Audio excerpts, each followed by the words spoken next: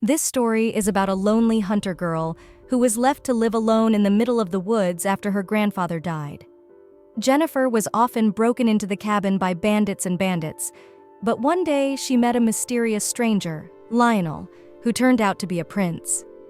Jennifer's loneliness had never been disturbed by anyone before, but everything changed, and a beautiful love story was born. Jennifer was running through the woods. She was being chased by 3 men. They promised not to kill her if she listened to what they had to say. Ahead, the girl saw a wall and realized she had come to a dead end. The bandits who were chasing her realized that Jennifer had fallen into a trap and laughed. They were mentally celebrating their victory. The ground beneath the feet of the 3 bandits failed, and they fell into a pit. It was a trap. At this moment, Jennifer was already sitting in a tree and smugly watching what was happening. She had everything under control. She deftly used a rope to climb down into the pit into which the thieves had fallen and tied up her assailants. Jennifer saw that there were only 3 of them, and one of the robbers had her belongings. The girl had been robbed constantly lately. Jennifer examined the robbers' belongings, but there was nothing of value, miscellaneous junk, and even a teddy bear. These were the thieves who had robbed her house, and she should send them to jail. These burglars looked like they wouldn't be able to pay the prison costs, which meant they would be condemned to hard labor for the rest of their lives. To a feudal lord, it's the same as getting free slaves. Jennifer took the bag of coins for herself. She realized that the thieves would pay for their bad deeds, and dragging them to the village was too tedious. The girl would get the same reward if she hunted a large deer. The huntress threw the pouch into the chest. She pondered the fact that there had been too many thieves in the forest lately, and they had all managed to find the entrance to her hut. When the brigands saw the girl alone at home, they grinned and came closer. They were all overconfident. Of course, they were all caught and turned into living money for Jennifer, and if she hadn't known they would follow her, they wouldn't have fallen into this trap. In this forest, it was quite common for roads to suddenly collapse and swamps to be hidden beneath the creepers. This place was famous for its quirks. Few could roam this forest as freely as Jennifer. She had knowledge that was inherited from her grandfather, who had lived there all his life. Catching crooks could be a very lucrative endeavor for Jennifer, but she was worried because recently the forest had become short of animals. Jennifer had already saved up quite a bit of money and was going to buy new arrowheads with the money. She is a hunter who has lived in the forest all her life. Today passed for the girl like all the previous days. Jennifer went to bed, not realizing that her peaceful life had completely started to change. As she fell asleep, she thought about the fact that she would have to check the trap tomorrow, hoping that a rabbit would be caught. Jennifer was dusting the windows when suddenly she felt some vibrations and thought it was another earthquake, hoping it would be over soon. The door to the huntress's hut opened and knights in armor entered. They were looking for a blonde-haired boy with blue eyes and speculated that he might be in this hut. Jennifer realized that they didn't look like the jerks who had come to ransack her house earlier, and certainly thieves don't ride horses. As the huntress hid and watched the knights search her house, Jennifer decided to go out to them. One of the knights asked the girl if the blonde-haired, blue-eyed boy was hiding here, but the girl was silent in response. The knight asked Jennifer the question once more, drew his sword and pointed it in the girl's direction. The knight thought, looking at the girl's behavior, that there was definitely someone hiding in this hut. Jennifer picked up a small pouch and threw it at the knights. A cloud of dust flew out of the bag, and when it dissipated, the knights saw the girl run out the back door. They chased after Jennifer on horseback. All of the huntress's movements were well thought out. She knew where she was going. The knights on horseback, before they could stop, fell into a trap, and together with the horses fell off the cliff into the water. Jennifer ran to her cabin, and when she opened the door, she saw someone sitting at the table. This guy looked like the man these knights were looking for, with blonde hair and blue eyes. His hair shone like a golden button. He was both dark and bright at the same time. Seeing Jennifer, he apologized for stopping by uninvited. The girl realized that this guy was different from those people who came into her house and turned everything upside down, especially since he apologized. She decided to listen to what he had to say. The stranger said that he had seen her lure the knights and assumed that she knew the forest well. Jennifer revealed that she knew absolutely everything about the forest. The stranger said that he was waiting for her because he wanted to ask her for a favor. At that moment, Jennifer thought only about the fact that she hadn't eaten much today and suggested that they have dinner together. Jennifer prepared dinner and reflected on the fact that it had been a long time since anyone had sat at this table besides her. The chair the stranger was sitting on hadn't been used in a long time, or rather never at all. It was strange for the girl to notice someone sitting in a chair that was usually always empty. Jennifer had never eaten in the city. People didn't want to eat next to a man who cut up the carcasses of the animals they were eating. People didn't even want to accept food from the huntress, and surrounded by frowns, she always ate alone. Jennifer put dinner on the table. It was the first time the stranger had seen such a treat. He didn't realize what it was. It seemed to be porridge cooked with goat's milk. The hostess also held out to him a basket of rolls. It was the stranger's first time tasting such a simple meal. He thanked Jennifer and said it was delicious and he was full. The girl realized she didn't even know his name. The stranger introduced himself that his name was Lionel. The huntress introduced herself as Jennifer. Lionel assumed that Jennifer was trying to show him that she didn't have the money to cook a better meal, and he handed her a bag of valuables. The guy noticed that she didn't even budge, even though those valuables were enough to buy a house for a commoner. Lionel thought it was a small price to pay compared to what Jennifer had been subjected to because of him, and he said that if it wasn't enough, he would give her as much as she wanted. Huntress sat back and silently propped her head up with her hand. Jennifer's reaction seemed abnormal to Lionel, but he was looking for a reason to stay, and Jennifer was just being curious about the first person to come into her home and nothing more. The huntress handed the bag of valuables back and said she didn't need it. The blonde-haired boy repeated that it was payment enough for him to stay here, but the girl reiterated once more that she didn't need it. Lionel didn't look like a man who could work with his hands. Jennifer took him to show him the barn, which had chickens, goats, and other critters. Lionel didn't understand why they kept all these animals, and the girl had to explain that the goats gave her milk and the chickens laid eggs.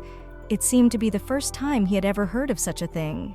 It was like Lionel didn't know where it all came from before. Jennifer offered to pet the goat and told him it didn't bite, but to Lionel the goat looked intimidating enough. The boy got over his fears and stroked the goat. The other animals came closer to him without fear. Lionel clearly liked the animals. Jennifer prepared a place to sleep for Lionel near the bed where the main character herself sleeps. The guy thought that she didn't trust him, and so she tucked him closer to her. As he fell asleep, Lionel thought about the fact that today he tried a lot of things for the first time, and for Jennifer it was strange to hear someone else's breath next to him. Jennifer woke up and decided that she needed to make a delicious breakfast today. Lionel was still asleep, and the huntress decided that it was his first day in the forest, and he was very tired. The girl went to see if anyone had been trapped last night and found a snake there. She was sure she could make a lot out of it. Back at the cabin, the girl saw Lionel waiting for her. The girl's heart rumbled. The guy admitted that he was trying to make them breakfast. Jennifer only peeked behind his back to look into the kitchen and was horrified. Lionel apologized to the girl and said that he didn't know where all the kitchen utensils and ingredients were, but what scared Jennifer the most was that he had made the whole mess in just 30 minutes. Jennifer rejoiced the culprit of the mess that he would clean it all up himself and offered to help him make pancakes. The girl took the guy to the chicken coop through the pen where the goat clung to his shirt again. They got the eggs to use for cooking. They went back to the kitchen and the girl told Lionel to make dough. But it turned out he had never made dough before, and Jennifer began to doubt he knew how to make any. With Jennifer's help, they did manage to make the dough, but what to do with it next, the guy didn't know. The huntress realized that this guy didn't know how to cook at all, and would have to teach him everything. Jennifer realized that Lionel was a huge burden for her. She wasn't sure if she could leave him here. The blonde-haired cook finished with the pancakes and said that everything was ready. The girl looked at what Lionel had made and was very surprised because her pancakes usually look different.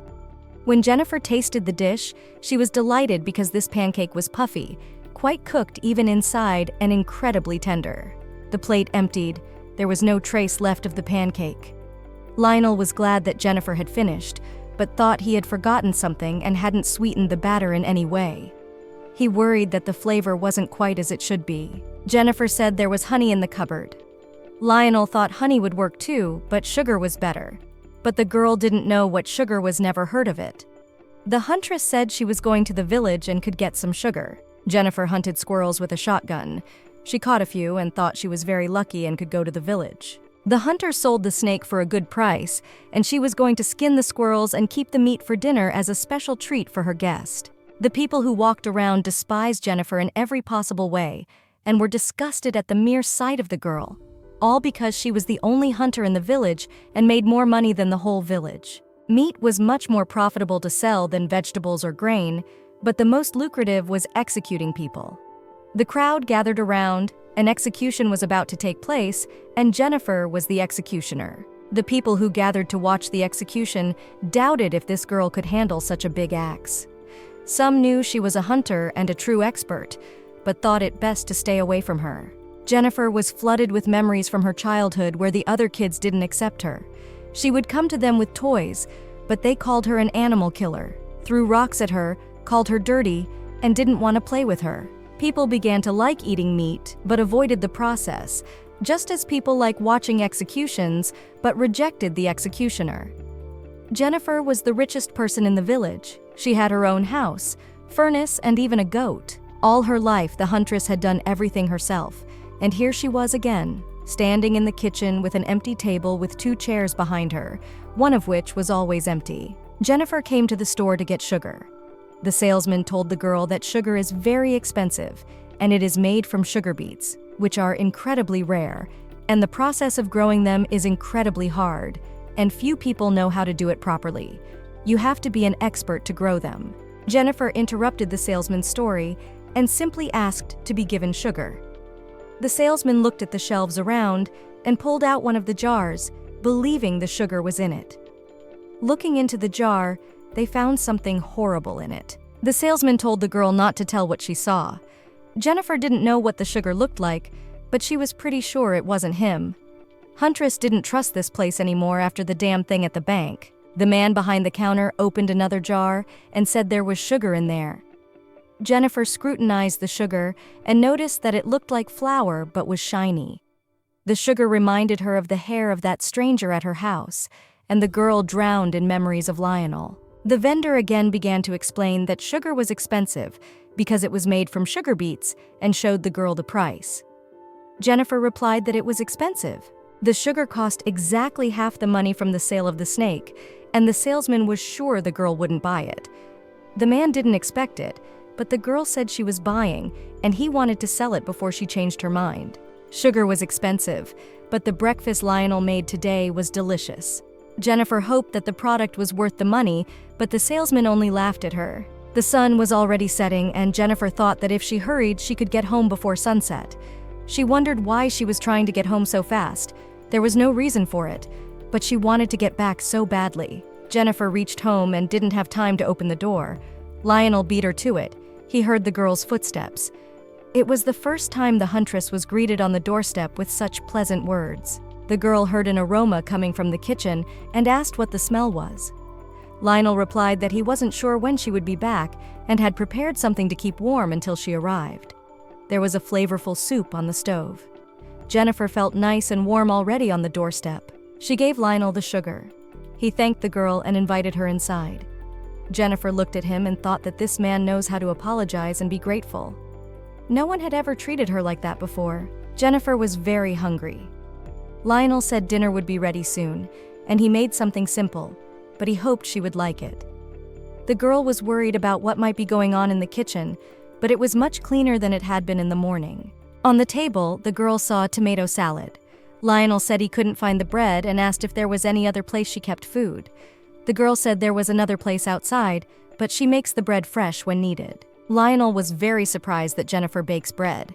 The girl joked about it being bread season and being able to pick it off the bread tree. She asked Lionel if he wanted to see the bread tree. He believed Jennifer and she had to admit that she was joking. The girl said she would show him now how to make bread and told him to get the flour. She pondered on what was going on around her.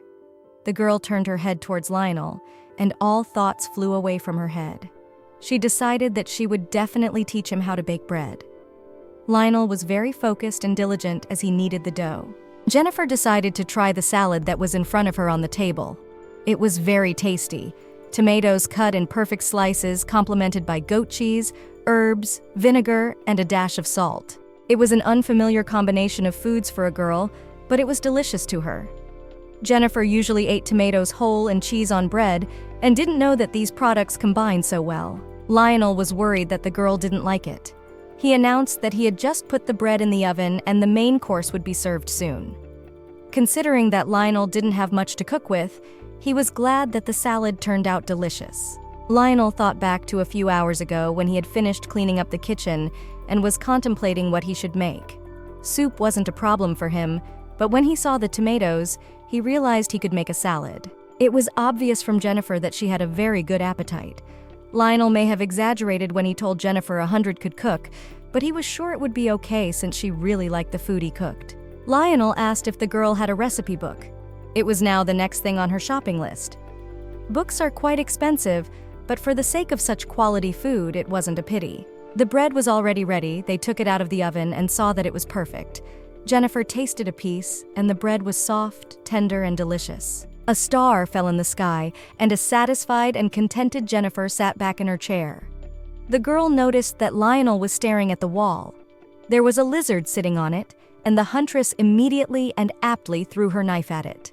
Jennifer said that lizards are actually tasty if you fry them. Lionel remembered that when he was little, he had read in a book that a witch ate fried lizards. He couldn't believe it, and thought that there must be some dish that was just called that. Lionel praised the huntress and said it was impressive that she hit a moving and small target. The girl said that today she checked traps and sold a snake and skinned a squirrel.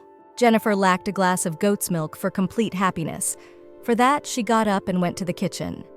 She was pleased to see that Lionel had washed all the dishes and the kitchen was clean. Jennifer looked in the vessel and found that the goat's milk was not there. She took Lionel to the pen.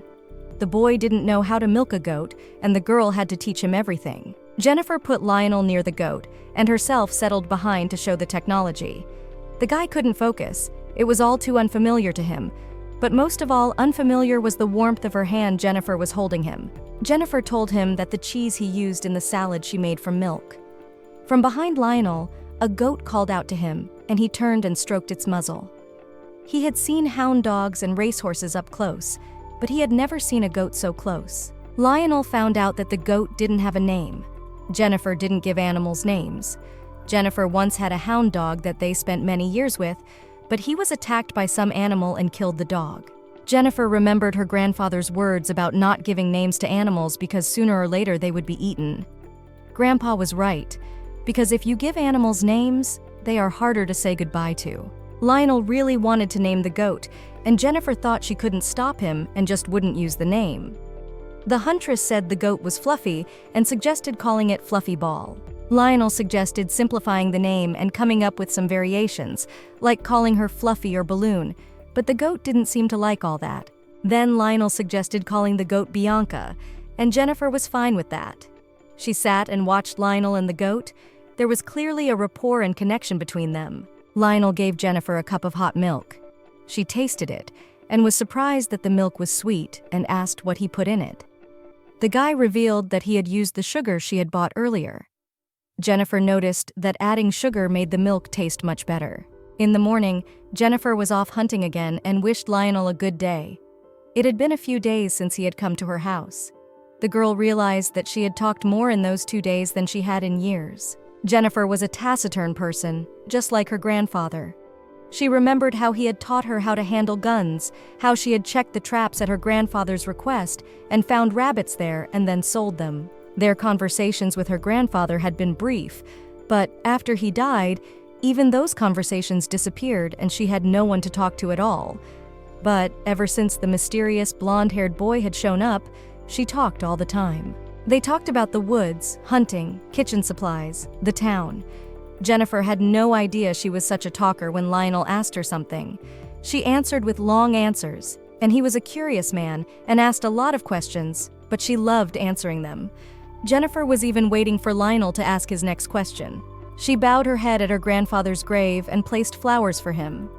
The girl turned to her grandfather and said that she never knew talking could be so interesting. It had been a week since Lionel had come to the house. He had cooked meals, made his bed, and cleaned the house. Even though he had never done these things before, he was getting good at it. Lionel caught his hand on a plate that had fresh eggs in it. The plate fell to the floor, and the eggs broke.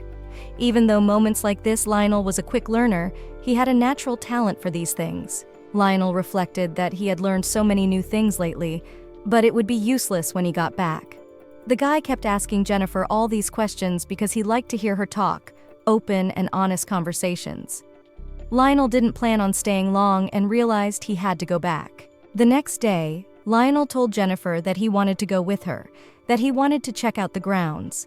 Jennifer graciously agreed to take him hunting and walking through the woods with her. The two of them walked through the woods, and the girl didn't know where to begin the tour. She was anxious and excited.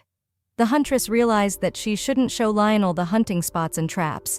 After all, it was her secret. Jennifer showed the places to avoid, where the wolf's den was, where many bears lived, and where many snakes hid.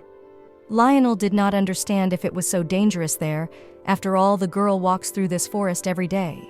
Jennifer took a stick from the ground to show Lionel where the safe place was. She drew a circle around him. The huntress told her that he had no idea how dangerous this forest was. Jennifer plucked a flower and gave it to Lionel to taste. The flower turned out to be sweet inside. The boy looked at Jennifer's brown hair and her bright yellow eyes and saw them everywhere now, even when he closed his eyes. The huntress announced that it was time for them to go home. Lionel's blonde hair had surprised her at first, but now the girl realized that it resembled autumn leaves. As they got closer to the house, Jennifer heard sounds coming from the cabin and realized that they had uninvited guests.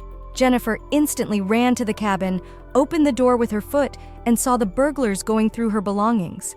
They told her not to come near and said they were dangerous people, but Jennifer knocked them to the floor with tranquilizers. Next to one of the robbers, the girl noticed a bag of jewelry that Lionel had given her as payment for her rescue. This thief tried to say something else, but Jennifer hit him and he lost consciousness. Lionel fetched the ropes and asked what kind of people they were. The huntress told him that they were simple bandits, and until recently this had never happened. Strangers had never entered the forest, but as of recently they kept showing up from somewhere. Another thief appeared behind Jennifer. He swung his axe at the huntress, but Lionel defended her by hitting him.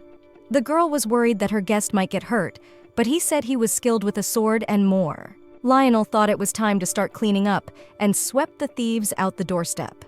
Jennifer was glad those tranquilizers were so strong and the thieves were still unconscious. The robbers were put into the wagon. Jennifer noticed that Lionel was looking thoughtfully somewhere in the distance. She thought about how she wasn't herself today. Usually she trapped the thief, but today she was engaging in showmanship. When the townsfolk saw the violence, they said bad things about the huntress. The girl decided that Lionel also, as well as the townsfolk, thought bad things about her now. But the guy turned around and started admiring what he saw and saying that it was incredible how fast she was, and she could be a worthy opponent for a swordmaster. Jennifer asked who the swordmaster was, and the guy told her that it was one of his partners. He was known for his swordsmanship and was considered the best among his peers. The girl was almost as fast as him. Jennifer was cocky and smug. She felt like there was no one faster than her. Lionel complimented Jennifer and told her that it wasn't easy to beat several men at a time, but she was able to handle it. Lionel told Jennifer about the men who had broken into her house. He speculated that these men might be from Northwood Pass. That area used to be littered with the farms of the Pontus Kingdom. Those areas were the main source of food for the entire kingdom. In retaliation for interfering in the internal affairs of the United Kingdom of Nisan, most of those territories were given to the Kingdom of Nisan. These territories were called the Northwood Pass, but the laws of the Nasan Kingdom work there. The Kingdom of Pontus is mostly ruled by lords, and the king has no special power. The lords are responsible for keeping order in their lands, so they use their own money to hire soldiers and knights. No one is responsible for the road between these lands. The Lord said that no one lives there and there is no tax on them, and it is better to focus on the lands they are responsible for. The Lord didn't care about those lands, but if that area became dangerous, fewer people would want to leave, so it was even beneficial. The Pontus Kingdom ruled these lands completely differently. The first thing the Nazen Kingdom did after they got the farmlands started by clearing the paths and killing all the bandits, and those bandits who managed to survive and escape to the Northwood Pass found refuge in the lawless lands. Lionel assumed that the bandits who came from the forest must have come from Northwood Pass. Jennifer realized that the bandits would keep showing up, which meant more money for the huntress. The girl jumped in the wagon and went to sell these bandits, promising to be back for dinner. Lionel returned home and began cleaning up the mess. The day full of chaos came to an end, and Jennifer returned before sunset as promised, and dinner was warm and delicious as always. The huntress didn't sleep well that night. It had been a rough day, though, with a peaceful ending. During the night, the girl woke up and saw that Lionel was all wet and red. She got up and felt his forehead and realized that the guy had a fever. He was burning up. Jennifer tried to wake Lionel up, but he didn't react at all. The girl was terrified. Her guest wouldn't wake up, and she had to do something. The huntress remembered that there was a pharmacist in town. She grabbed some coins and packed for the road.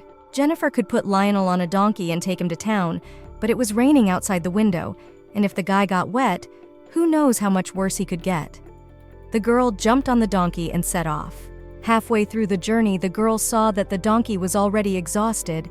He clung over a log and they fell off. Jennifer looked at the lying animal and realized that he wouldn't go any further, but she had to keep going. Drenched in the rain, Jennifer ran to the pharmacist's office. She knocked on the door. The pharmacist told her to leave, but the girl kept knocking. The pharmacist opened the door and said they were closed. The girl explained that someone was sick and needed help. The man recognized the huntress. She explained that the sick person was having a hard time breathing and was not regaining consciousness. And the pharmacist was about to close the door, but the girl said she would pay whatever he said. This man could not be bribed, but the money offered was too much to refuse. The healer realized he had hit the jackpot and said he would look at it tomorrow. But Jennifer didn't want to wait for tomorrow. She said the man was very sick, and they needed to go now. The pharmacist thought the girl should be grateful that he had agreed to go into the woods at all. The healer tried to close the door in front of the girl, but she wouldn't let him do it. With a menacing look, Jennifer said that they were leaving now. It was clear to the pharmacist that the huntress was not to be trifled with. He gathered his supplies, and they headed into the woods. Jennifer and the pharmacist entered the cabin to examine the patient.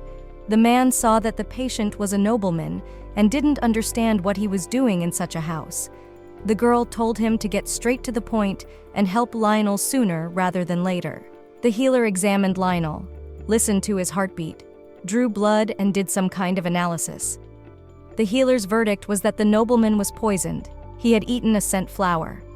The girl, in that split second, remembered how that morning she had let him taste the nectar from the flowers. The healer had explained that the nectar might be safe, but there was poison in the petals, and people from these parts were immune to it, but it acted instantly on strangers. The pharmacist comforted Jennifer and said that it wasn't very serious, and he was only in danger of a high fever and stomach discomfort, and if he got a good night's rest, he would be better in a couple days. The man wanted to get out of this hut as soon as possible. The girl asked if there was an antidote for this poison, but the pharmacist advised to give the patient medicinal herbs, which she could buy from the same pharmacist at inflated prices. Jennifer bought whatever she had. When the man went outside, he found it was morning, but he was pleased to be dealing with rich people, and he realized that he had not come to such a backwater for nothing. Jennifer looked at the lying Lionel and noted that his fever had gone down and his breathing had normalized, but he still hadn't woken up. The huntress realized that she shouldn't have given him those flowers, and she asked for his forgiveness, at which point he refused his eyes. The girl was worried if there was a fever, if Lionel had a headache, but he said he was a little dizzy, and so, in general, he was fine. Jennifer apologized to Lionel and explained that the flower she had given him was poisonous. Lionel reassured the girl by saying that he was fine, the nectar was delicious, and she just wanted to share it with him, and that it was his own fault for not being strong enough to handle the poison. He wiped the girl's tears with his fingers and said it was his own fault. Lionel's touch awakened feelings in the girl. She kissed his palm from within, and the eyes of the huntress who had found her love shone as never before. Jennifer called Lionel over and told him he was sweet. She had been telling him that all the time lately. The girl praised him when he cooked, complimented him when he helped her clean up or get ready to hunt. And one day, Lionel decided that he could just sit down and do nothing, but that didn't work. Even when he did nothing, Jennifer gave him lots of compliments. Lionel pondered that it was weird to call a guy cute. It would be much better if she called him handsome, but Jennifer could misunderstand that, and the guy backed off. Lionel was drinking water from a glass when suddenly Jennifer asked if she could kiss him. The guy spit out all the water on the floor out of surprise and got a kiss on the cheek. Lionel needed to say no, but he couldn't. Where he came from, everything was subtle. Subtle glances, subtle touches. That's how nobles behaved. But Jennifer wasn't like that at all. She was openly expressing her feelings and looking at him in a way that he couldn't resist. Lionel knew he shouldn't do this, but he couldn't refuse the girl a kiss. His mind said no, but his heart couldn't push her away. A spark ignited between them. Lionel was cutting the salad, and the girl kept complimenting him. This was very important to Jennifer, as her grandfather always praised her for doing a good job when she was little. Once again, when Jennifer called Lionel cute, he asked if it was time for her to go hunting. The girl had been stalking Lionel lately. At his requests, she bought a recipe book, new blankets, and helped out all the time, not going hunting at all. Jennifer said it was okay, and usually all hunters use traps, and it gave a lot of free time. She usually used that time to make extra money, but she was doing it because she had nothing better to do, and now she had better things to do.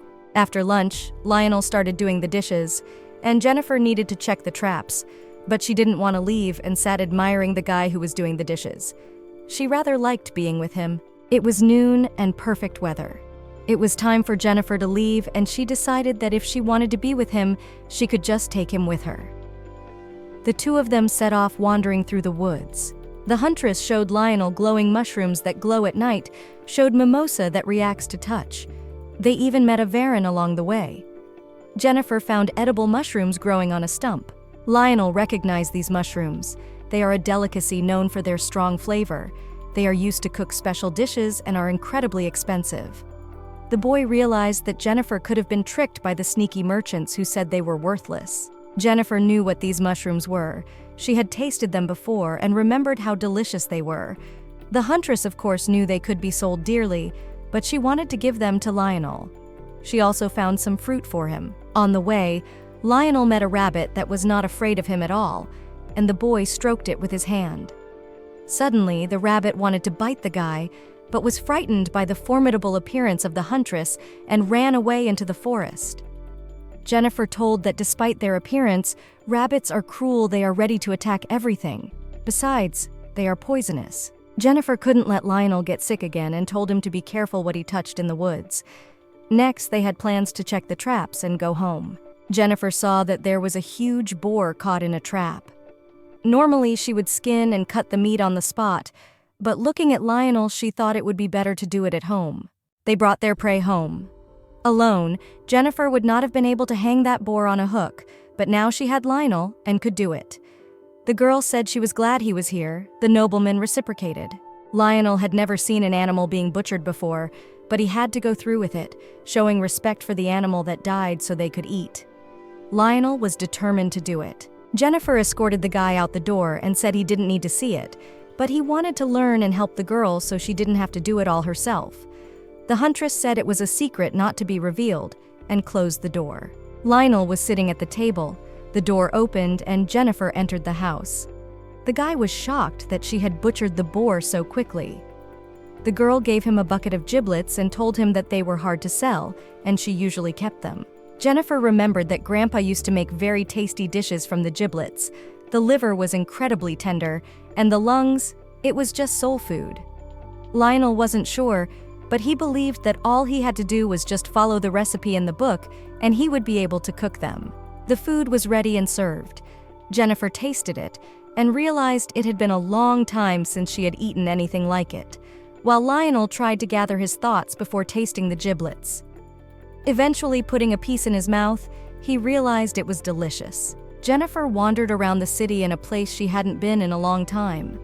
She didn't understand why everyone was so lively, but she didn't care much. She had sold all the meat and only had to buy black pepper for Lionel. When she heard the price of black pepper, she realized that she didn't have enough money and needed much more.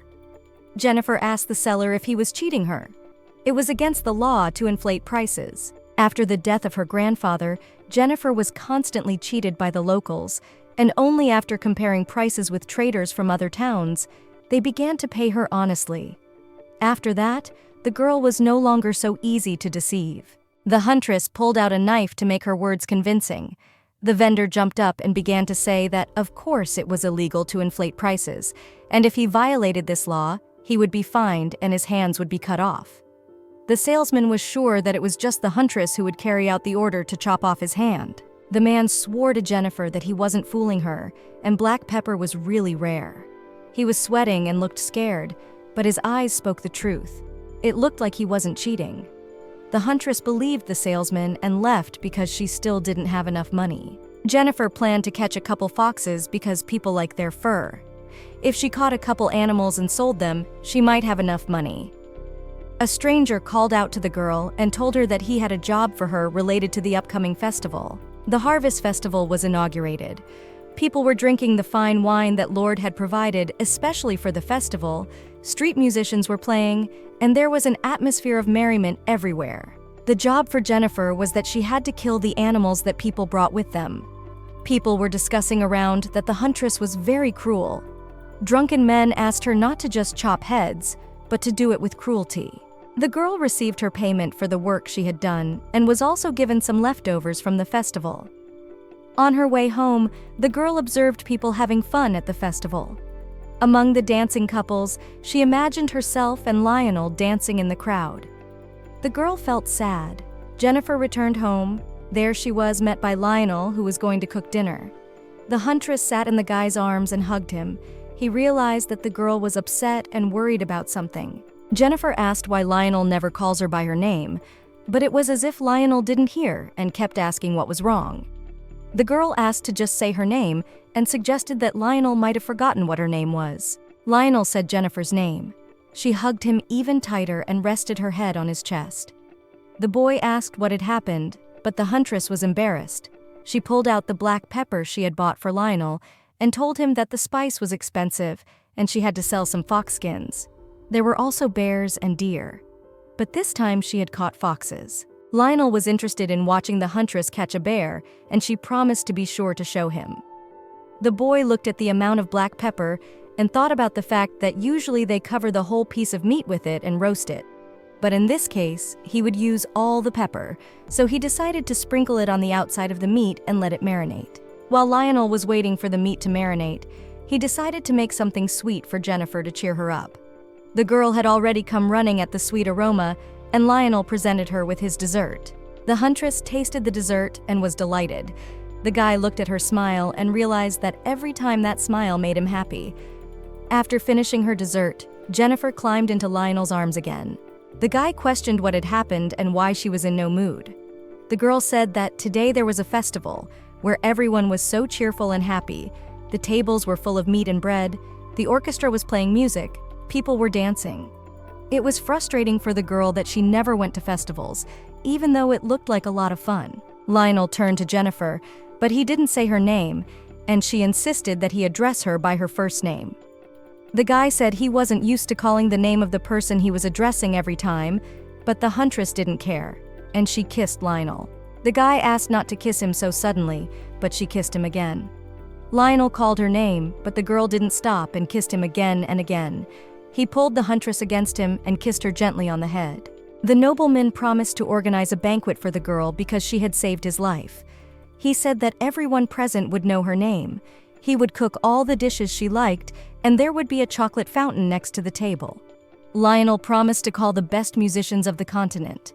And this banquet was going to be much better than the festival in the town. Lionel said that first, the girl should learn to dance and held out his hand to her. The nobleman told her how to hold her arms and body and how to move properly. Jennifer was doing very well. Lionel was sitting under a tree reading a book, and a curious Jennifer came up to him. He asked if she wanted to read with him, but the girl admitted that she couldn't read. The boy remembered that most of the inhabitants couldn't read, and probably the huntress had never even learned. Jennifer touched her hand to Lionel's hair and said it shone like a flower shining in the sun, or like shooting stars. When she was little, she always wondered where those stars would land. Now she knew they were falling toward her. Jennifer was a very eloquent girl, and Lionel suggested that she would be a great writer. He asked if the girl wanted to learn to read. Jennifer replied that she knew how to hunt and fight, and that was good enough. But Lionel was unstoppable now. He decided to start with the alphabet and was very excited about the idea. The girl had no idea what he was talking about, but it sounded like something complicated. Jennifer enjoyed watching Lionel's lively conversation. She would have preferred to spend time together in some other way and didn't understand why she was doing all this. Lionel took a stick and wrote a word on the ground, the meaning of which Jennifer didn't know. The girl asked what he had written, but Lionel intrigued her by telling her that she would find out if she studied. The huntress thought it was a waste of time, but if he was so eager to teach her, the girl in love couldn't refuse. Lionel looked at the girl and realized that this forest was her whole world, where she was free to do whatever she wanted, but where the nobleman came from was the exact opposite. Lionel thought it was selfish to want to take Jennifer, living freely, into his cruel world. Lionel needed to concentrate on the moment and not worry too much. Jennifer may not have needed to learn to read, but the guy wanted to give her everything he could. Jennifer drove into town again. Usually after all the errands she headed straight home, but today there was something she needed to do. She walked to the town head's house and knocked on the door. The door was opened by the town head's son and asked what she needed. Jennifer asked if he could read. At this point, the head's son started praising himself and saying that she didn't even realize who she was dealing with or who was teaching him. And when he grew up, he would be a nobleman, and of course he could read. The narcissistic guy asked not to compare him to uneducated commoners like her. Jennifer realized that the guy was being rude, but she wasn't offended at all because this guy looked down on all the people of the town. Jennifer wrote the same word on the ground that Lionel had written to her and asked him to tell her what it meant. The son of the head of the town, looking at this word, suddenly began to shout that he would never fall in love with her and that she should not even dare to think about it. Jennifer didn't know what he was talking about and asked him to explain. The guy in her ear told her the meaning of the word, and the girl smiled smugly and realized why he had erased the inscription so quickly. Jennifer came home and kissed Lionel. He felt like he had gotten more kisses lately than he had in his entire life. The huntress licked his face and then kissed him, and Lionel didn't know how to stop her. Jennifer continued to kiss Lionel's hands and reached for his lips again, at which point Lionel grabbed her tightly and told her it was dangerous. He sat the girl in his arms and offered to repeat the letters they had learned yesterday. The guy knew it was difficult, but slowly and surely the girl had to memorize. She was only interested in the meaning of the word that Lionel wrote, but she already recognized it and thought that she had no need to learn. Jennifer liked being with him, but she also had to study, and Lionel was trying so hard that she had to concentrate. But the girl started to fall asleep from tiredness. Lionel picked the girl up in his arms and carried her to the bed. After putting Jennifer in bed, he said he was going for a walk and would be back soon. But the girl immediately became awake and said she was going with him and didn't want to sleep anymore. Jennifer fell for Lionel's ruse. He sat her down at the table and said they were moving on to learning numbers. He said he would show her how to add up big numbers and how to do transmutation. The girl thought it would be better if she stayed in bed. Jennifer didn't understand why she even needed to learn all this stuff, and Lionel explained that it helped with a lot of things in life. To give an example, he held up a pouch and pulled out a gemstone, asking if Jennifer knew how many silver coins it was worth. The guy wrote the value of the crystal in detail on the paper and explained to the girl how to convert the price into silver coins, gold coins, and vice versa. Jennifer was able to conclude that the crystal was so expensive because it was good. Lionel explained that the crystal is expensive because many people want it. The girl stood up abruptly from the table and beckoned Lionel to follow her. Jennifer promised to show him something interesting. They came to a cliff, and Jennifer told Lionel to stand still. She herself tied a rope to a tree, tied the rope around herself, and jumped off the cliff. Lionel grabbed the rope in terror and screamed that he would get the girl out. Jennifer told her to just stand there and wait for her. She masterfully handled the rope. Lionel watched the whole thing in horror. The huntress climbed back up very quickly. The girl held out her palm with a red ruby gem, and Lionel realized that she had not been surprised by his jewels when they first met. because she knew where to get them. Jennifer had given Lionel the ruby as if it were a simple stone. She didn't realize that she had earned herself an extra-class object with it. Jennifer walked into the cabin and shouted that she was home. Lionel greeted her with an affectionate look, and she bragged and showed him what she had caught today. It was a wild pheasant bird. The boy replied that it was very nice. The girl kissed him on the cheek and hugged him. It wasn't that easy for Lionel. He forced himself to imagine that he was just hugging a puppy because he needed to control himself. He realized that one day, he would have to go back to where he came from. Jennifer said that she had done something for them and brought a bottle of wine. She said that she had learned how to make it from her grandmother. Lionel replied that the wine would go great with the pheasant meat. Jennifer asked Lionel how strong of a wine he was drinking. The guy asked to add twice as much water as wine. The huntress diluted herself the proportions the other way around. Lionel showed the girl how to properly bump glasses and explained that when they bump glasses, the liquid from them mixes, and the wine is either wine or poison. They drink it together. Jennifer took all those words literally and thought that Lionel was afraid she was going to poison him. The guy laughed and said it was a simple sign of mutual trust. The girl drank to the bottom. Jennifer reflected on the fact that the wine turned out great, but it would be nice if it was a little sweeter. The girl remembered about the sugar and added a few spoonfuls to the glass. She was pleased with the flavor, and it seemed to her that the sugar was magic. Lionel watched Jennifer, and it seemed to him that she was drinking a lot. The girl added more sugar and gave the glass to Lionel to drink. He took a sip, and at the same moment the girl grabbed him by the shoulders and kissed him. In the morning, Jennifer woke up with nausea, headache, and she was very thirsty. She went to Lionel's house and snuggled into his bed. The girl wanted to kiss him, but Lionel said her breath smelled like alcohol and went outside. On the street, Lionel was met by a goat, which he named Bianca. The guy went over to pet her. They were also joined by an angry rabbit, which was actually not angry at all. The rabbit lay on Bianca's back. Now, not only was there a goat on Lionel's team, but also a hare. Lionel brought honey, added it to the milk, and gave Jennifer a drink. The girl hugged him in gratitude and kissed him on the cheek. The girl needed more rest and a good night's sleep. She fully realized what a hangover was.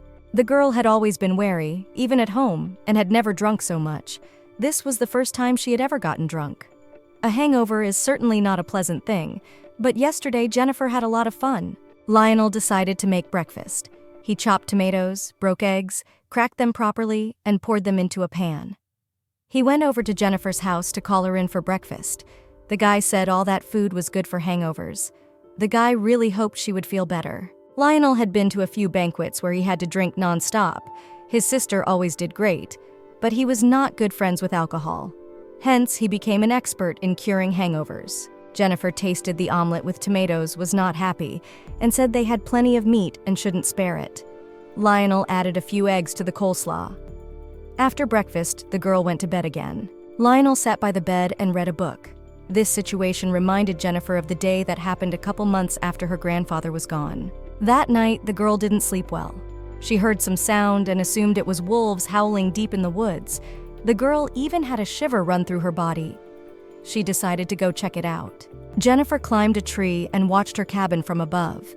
She heard 3 guys saying something about the butcher's house and the lavish funeral she had paid for with no problem. Jennifer realized they were imposters. They opened the door and broke into the cabin, but saw no one inside. The huntress threw some pebbles towards the shack, and the boys were startled by the sound. The bravest of the boys opened the bedroom door and saw flying glowing eyes. The outlaws ran away from there in terror. Jennifer, after making sure the imposters were gone, climbed down from the tree. At the bottom stood the alpha of the wolf pack named Blanca. She is the smartest wolf the girl has ever met. She is the head of the pack of wolves that live in the eastern part of the forest. Jennifer had a feeling that Blanca understood humans when she first met her. That day was the first time the huntress had gone to check the trap alone. She heard a rustling sound and realized that someone had been caught in the trap. Young Jennifer saw that a wolf pup had fallen into her trap. It looked very small. It must have been young. The grandfather had told his granddaughter never to hurt wolf pups. The girl was glad the puppy wasn't hurt, so she let it go. Young Jennifer watched the most beautiful stargazing from the window. Her grandfather always told her it was silly to run after the stars because she wouldn't find anything. But with so many stars falling, she was sure she could find a few. So she set out to find the stars. At the time, Jennifer didn't know how dangerous it was for a child to walk alone in the woods. For the girl, the forest was a safe place because her grandfather was always with her. The girl heard the crunch of twigs behind her back, turned around, and saw a bear. Jennifer realized that she had left her knife at home. She looked at the bear and realized that he was not an adult yet, but she would definitely not be able to fight him with her bare hands. The girl was very scared and didn't know what to do. Jennifer heard some sounds, turned around, and saw a big wolf chasing the bear away. That night when Jennifer went out chasing stars, she didn't find a star, but she did find something different and special. This wolf accompanied the girl all the way home. The girl's grandfather thanked the wolf for saving Jennifer. He told his granddaughter to never go out alone again, and he said that if it wasn't for Blanca, she would have been in grave danger. The girl remembered the name of that special wolf forever. Jennifer promised Lionel that she would show this wolf to him and warned him that it was good to know her name in case she mistook him for an intruder and pounced.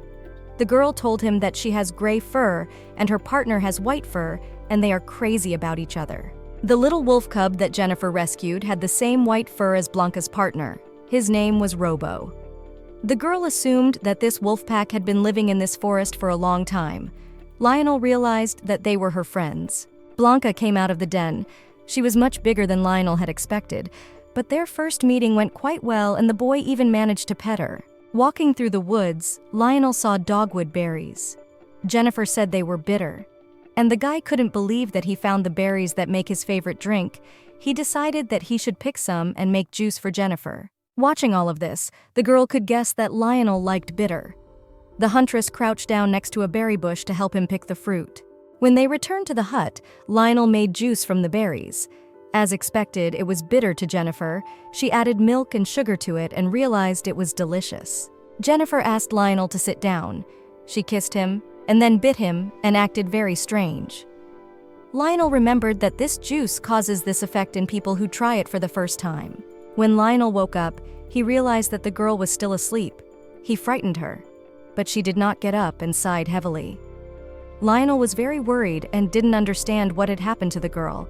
He thought she was sick. The girl explained that this happens to her every month and asked him to bring a new set of clothes. Lionel brought the clothes and asked if Jennifer could change by herself. The girl asked interestedly if Lionel wanted to help her, but he blushed and left to do laundry. Lionel asked the girl if she wanted something to eat. Jennifer responded by asking for meat. The guy left to cook. He added different vegetables for a more balanced diet and made some soup. The guy poured the soup into a bowl and gave Jennifer a spoonful to try, but she was bitter, unpalatable, and generally she ordered meat. But looking at how Lionel was worried about her, she couldn't refuse him. Jennifer kissed Lionel. He treated her like a little girl, asking her to open her mouth and feeding her from a spoon. Usually the girl felt bad, uncomfortable, and in a bad mood on such days. But seeing Lionel's face made everything disappear. After a few days, Jennifer was fully recovered. She wandered through the woods and drank from the flask the drink that Lionel had made. She was about to go home, but she saw a stump with magic mushrooms growing on it. She ran to the cabin and called Lionel. Jennifer dragged Lionel by the hand, but he did not understand where they were going. The girl led to a stump and placed cups around it. She told Lionel to sit down. The boy blushed, speculating what might happen next. Lionel pondered that the ground was a little hard and should have brought a blanket to tuck under. Jennifer leaned against the guy. They just sat together and nothing else happened. Lionel blushed. He felt ashamed of the thoughts that were in his head when he got there. He could only guess why they were sitting by that magical stump. Jennifer, looking at the astonished boy, realized that she hadn't warned him about the purpose of the trip. The girl took a stick in her hands and pointed to a mushroom growing out of the stump, under which the cup stood. The girl told him to look at the edge of the mushroom. She explained that when such mushrooms curve upward, it means they will glow at night. Lionel remembered the girl telling him this. The sun was already setting and night would soon fall, but Lionel and Jennifer sat in front of the stump and waited for the mushrooms to glow. The stars twinkled in the sky and the mushrooms on the stump glowed. Lionel was impressed by the sight. The mushrooms disappeared. They melted and flowed into the bowls that Jennifer had placed around the stump. The liquid that the mushrooms had turned into, the girl gave Lionel and said that they were very sweet, so she brought these cups. Lionel tasted some and liked it very much. Amidst the silence of the night forest, the stomping of soldiers could be heard. They were looking for His Highness, for it had been too long since he had disappeared. The Duke knew that he should not have listened to the Viscount and gotten involved in this story. The Duke of Lavert's heir, Marquis Ladesh Labeo Lavert, related to the Queen and her son Ladesh, he grew up as Prince Leonardo's foster brother and groomed him. He became Prince Leonardo's most loyal servant and a member of his retinue. He was always by the prince's side when he went out hunting. A distant relative of Marcus named Viscount wanted to prevent him from accompanying the prince. He insisted that the prince would have 12 knights with him, and he had an entourage that knew the forest well. Marcus could not ignore his distant relative's request. Marcus entered the hall and saw a beautiful lady. The girl's heart clenched at the sight of Marcus. The artists at the royal court said that he was the most handsome man in the entire kingdom of Pontus, and it was indeed true. Marcus asked the Viscount what it all meant, and he explained that it was the daughter of the Marquis of Benito. The girl said she was glad to meet him, and her father asked that she deliver the letter personally. The Viscount asked the beautiful lady to wait a moment while he wrote a reply, but he didn't want to leave her alone and asked Marcus to keep him company. But his plan was quickly discovered, for it was obvious that he was trying to set them up. The Viscount needed the support of a powerful family and was trying to use Marcus for his purpose. Marcus had a mission to finish, and he couldn't ruin it by leaving right now. He said it was too late and he had to go. On the way, he met the knights who were supposed to be protecting the prince, but for some reason were still in the castle. Marcus realized that Viscount had something to do with it, and he began to make excuses and say that his servant had made a mistake, but the bodyguards were capable of protecting the prince. Marcus realized that something was wrong, and the cunning Viscount was keeping him away from the prince, and so he didn't tell his entourage that the prince was going hunting. He was trying to make the prince vulnerable to do something to him. He may have sided with Prince Peculum. Marcus said he would wait for the prince outside. He believed everything would be fine since the prince has the thing he got from the queen. Whatever the Viscount's plan was, he wouldn't be able to hurt the prince. But as darkness fell, no one came back, and neither did the next day. When 4 days had passed, Marcus was just furious and didn't understand why not a single person had returned from the hunt yet. Viscount's men had searched the entire forest, but they still couldn't find him. All he wanted to do was make a little scandal involving the prince, but it got out of hand. Marcus decided that he would go look for the prince himself. As he went to find the prince, Marcus pondered that it wasn't hard to guess what Viscount would do now that he had sided with Prince Peculum. Marcus realized that he needed to get out as soon as he could. The Marquis was sure the prince was safe, and the magical powers the queen had given him were strong enough to break the lock on any gate with a single blow. Marcus thought that the prince was either lost or hiding somewhere. There was one thing Marcus was most worried about. The prince was terrible with directions, and he was most likely just lost in the forest. At that moment, Marcus wasn't really worried. He assumed he could find the prince easily. However, they had searched all over the forest and even beyond, in hostile lands. But they couldn't find him. It was then that Marcus realized the gravity of the matter. Marquis thought he would find the prince at Northwood Pass, but all efforts were in vain. He was sure it would be the same there as well. This area was near the lands that fall under Prince Lionel's jurisdiction, and it was out of the reach of Prince Peculum. If Lionel was here, he would have returned by now. The Marquis and his retinue heard some sounds in the thicket of the forest. Wolves had come to them. Marcus told his retinue to arm themselves. Jennifer shouted to Marcus that they should stand still. He asked who she was. The huntress appeared out of the darkness and looked at Marcus with her yellow eyes. Marcus had the feeling that he was looking at a wild animal. He realized that he needed to be on guard. Jennifer reminded him of a reincarnated wolf. He told the dashwoman to say her name. Jennifer didn't even flinch when she saw Marcus. This had never happened before, and Marcus didn't understand how it was possible. He asked the huntress if she was a werewolf. There were stories of mystical creatures living in the forest. Evil creatures such as witches, demons, and werewolves did not show themselves during the day, But there were enough witnesses and traces left to make the stories convincing. Marcus didn't believe all the stories, but it was assumed that some of them might be true. He drew his sword. Jennifer told Marcus to be quiet and follow her. Marquis and his retinue found that the wolves were gone as well. Jennifer called for them to come with them, and Marcus decided to follow the huntress. Even if it was a trap, they would deal with it. There was nothing to portend danger. Marcus felt it was his duty to ask Jennifer if she had seen a stranger with blonde hair and blue eyes in the woods. Marquis noticed the girl flinch. She replied that she had not seen one. Jennifer called out to the prince and Marcus, and his entourage recognized Lionel. He told her how everyone had been searching all over the forest for the prince and were very worried about him. Marquis was glad that nothing had happened to Lionel. The Marquis asked Lionel how he had gotten here and said that if they had known he was in the area, they would have come for him right away. The loyal servant told the prince that he had no excuses. How the prince got to this place was a coincidence. He had gone to the Viscount's house at his sister's behest and so agreed to go hunting with him. But this trip was a disaster from the start. The servants never showed up, and the Viscount said he forgot something and went back to the castle. Lionel recognized that Viscount was up to something, but just played along.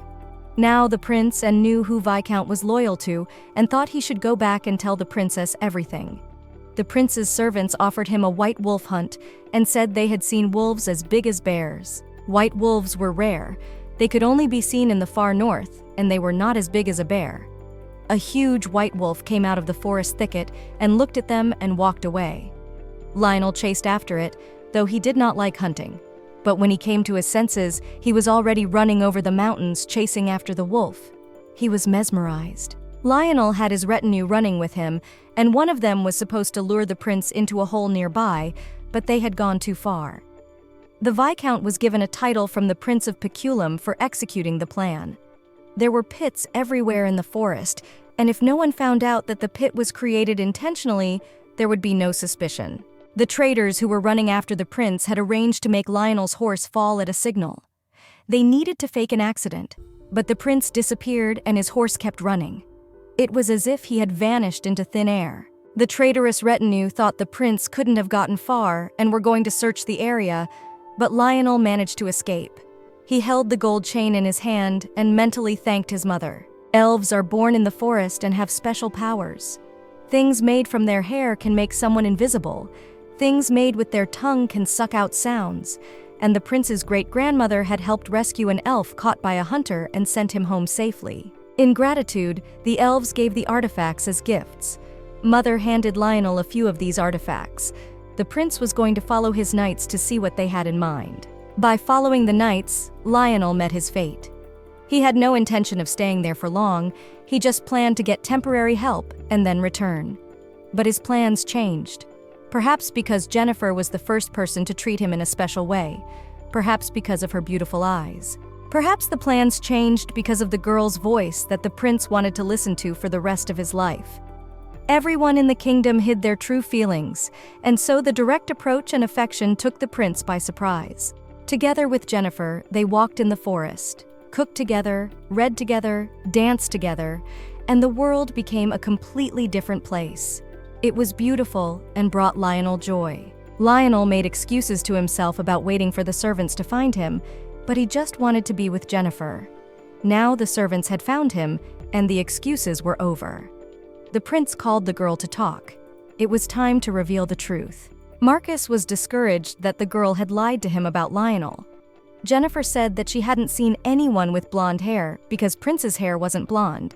It was golden, like honey. Jennifer revealed that there was no way she would have revealed Lionel's whereabouts to the strangers she met in front of the wolves' den. The prince's eyes aren't just blue, they're as clear as a river, the girl thought. The huntress told Marcus that she didn't think he realized what the prince was really like. He was seized with rage because he had taken care of the prince when he was little. He was related by blood to the prince. Marcus didn't even know or assume what exactly the girl had done to gain his favor. Marcus noticed that the prince was walking around in tattered clothes. A servant had prepared an outfit for the prince, and Marcus was throwing a shirt over him. At that moment, he saw a bite mark on his shoulder. The prince was embarrassed, and Marcus was angry that his little prince had become an adult. The prince's obedient servant said that it was a commoner who left the bite on him, but Lionel told Marcus to pick up his expressions and said that she saved his life. He was going to give Jennifer a noble title for saving the royal life and asked him not to take this girl lightly and to watch his movements. Marcus couldn't believe the prince called him by his first and last name. When they were little, he always called him by his first name. Marquis didn't recognize the prince. He thought he had saved his life by giving him an artifact that there was no way he could be in danger with. Lionel must have known that their family kept all the records describing the power of this artifact obtained by the queen.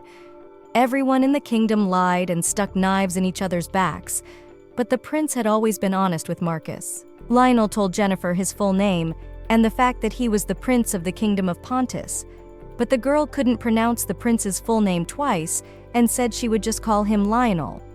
He laughed and kissed Jennifer's forehead. Prince said she could just call him Lionel, and he wanted the girl to know what other people called him. Looking ahead, he said that name could be part of her name, and it would be nice to memorize it. The prince kissed his beloved. Lionel told Jennifer that he loved listening to everything she said, and he should go back to the castle. The prince was adamant that he had to go alone and couldn't take the huntress with him. He explained that his sister and he are the queen's children, but the king still has a son who is not very fond of his sister and himself. Before the current dark-haired king was crowned, there was still someone who was appointed to succeed the throne. It was Princess Tenebara. She was pure royalty, a born leader who was loved by the people. The late king decided to recognize his illegitimate child as his eldest son and heir to the throne.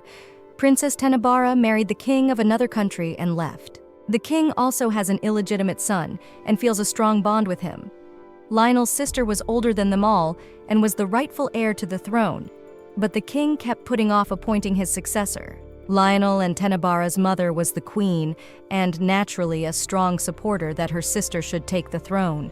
But one night their mother died mysteriously in her room, and after that the king began to express his displeasure with Lionel's sister. He expressed his dislike more and more every day.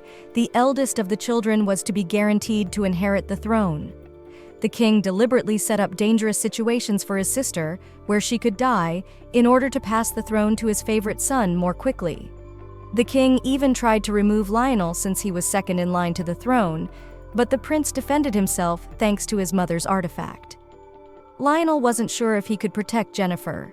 Lionel believed that nothing would happen and his sister would become queen, but until then he would be in constant danger. The prince couldn't drag Jennifer into this. Nothing would stop the king until he got what he wanted. The prince couldn't tell what could happen to Jennifer when he wasn't around.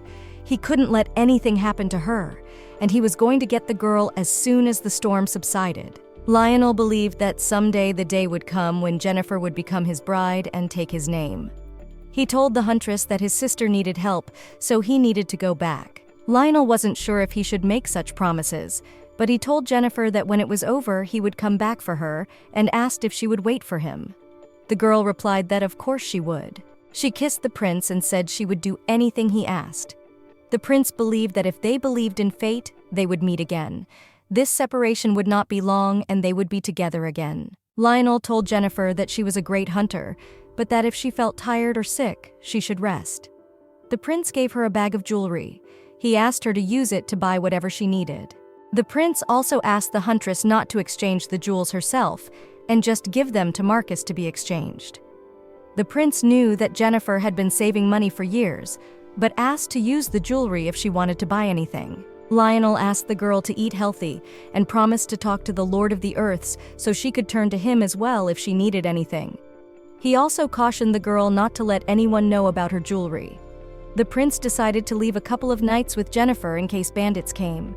He promised to send letters, and until she mastered reading, he could ask the servants to read for her. Lionel promised to tell Marcus to help Jennifer study and emphasize that she should study every day. The prince hugged the huntress and remembered how he made breakfast for her before she woke up. Last night was their last night together, and the prince thought they would spend more time without sleep. Lionel realized that he was leaving and he shouldn't be upset. He walked into the corral and Bianca, as always, tugged at his shirt. The knights took this as an attack on the prince, but he laughed and explained that Bianca was just playing with him. He asked the goat to take care of Jennifer until he returned. Lionel knew he would miss these animals. He turned around and looked at the reaction of the knights, and the reaction was exactly the same as when the prince first came to this place. Things were different then, and Jennifer was patiently teaching him everything. In Lionel's mind, he kept thinking of Jennifer, how beautiful and sweet she was. But he didn't have much time, and he had to finish his breakfast before Jennifer woke up. When Jennifer woke up and went into the kitchen, she saw the variety of beautiful dishes on the table and asked Lionel where all this food came from. It was hard to believe he had cooked it all himself. The couple ate breakfast, and Lionel presented the girl with her favorite pudding for dessert. Jennifer had really liked the pudding the last time he had made it for her. This farewell breakfast was just as good. Lionel asked Marcus to take good care of Jennifer in his absence. He felt there was no one better suited for this role of protector. Marcus was a good swordsman, and with his title he could be useful to the huntress. Marcus still took offense to Lionel's words yesterday. The prince had said that Jennifer was very dear to him, and it was better to have a loyal servant looking after her. After the words about loyalty, Marcus melted and was ready to protect the girl at the cost of his life. Marquis said that he had done everything as the prince had asked. The knight stood behind Marcus's back and prepared to depart. As they left, Lionel turned around and called out to Jennifer. He gave her the royal coat of arms in the palm of her hand. Marcus was outraged because he was giving this crest to Lionel in front of the public. The prince promised his beloved that he would definitely come back and asked her to keep that coat of arms until his return. Jennifer did not know what this thing was, but she was sure that it was very valuable for Lionel and promised to keep it. The prince sat down on his horse. He and the huntress looked into each other's eyes for a long time. The lad looked back at the small yard, which held a vast amount of memories. Jennifer was in front of Lionel's eyes, but he already missed her. He wondered if she would do all her usual chores in his absence. The prince hadn't expected that leaving loved ones would be so hard. He said his goodbyes and set off on his journey. Marcus looked at Jennifer unhappily. He didn't like that at first they said they didn't know each other, and now they were saying goodbye like real lovers. Marcus was sure that the girl wanted to separate them from the prince. The voice of the prince echoed in Marcus's head, telling him to be a protector and loyal friend to Jennifer, and the servant could not help but listen to him. But still, Marcus thought that the girl was not worthy of giving away her royal coat of arms. This coat of arms was not only the dignity of the prince, but of the entire dynasty. It was the only one that opened the way to the property of the Lionel dynasty. Even a poor aristocrat would never, ever give his coat of arms to anyone. The only one to whom the coat of arms could be given was the one who would continue the dynasty. And yet, Marcus couldn't bear the thought of Lionel giving this coat of arms away so easily. The Marquis looked at Jennifer and thought that she had bewitched the prince because he did stupid things, in the servant's opinion. The girl's appearance Marcus considered ugly. Jennifer decided to stay outside and get some fresh air. The servant asked the huntress why she was still standing here, but she ignored him. This greatly angered Marcus. He began to monologue with himself, saying that there was no point in standing here.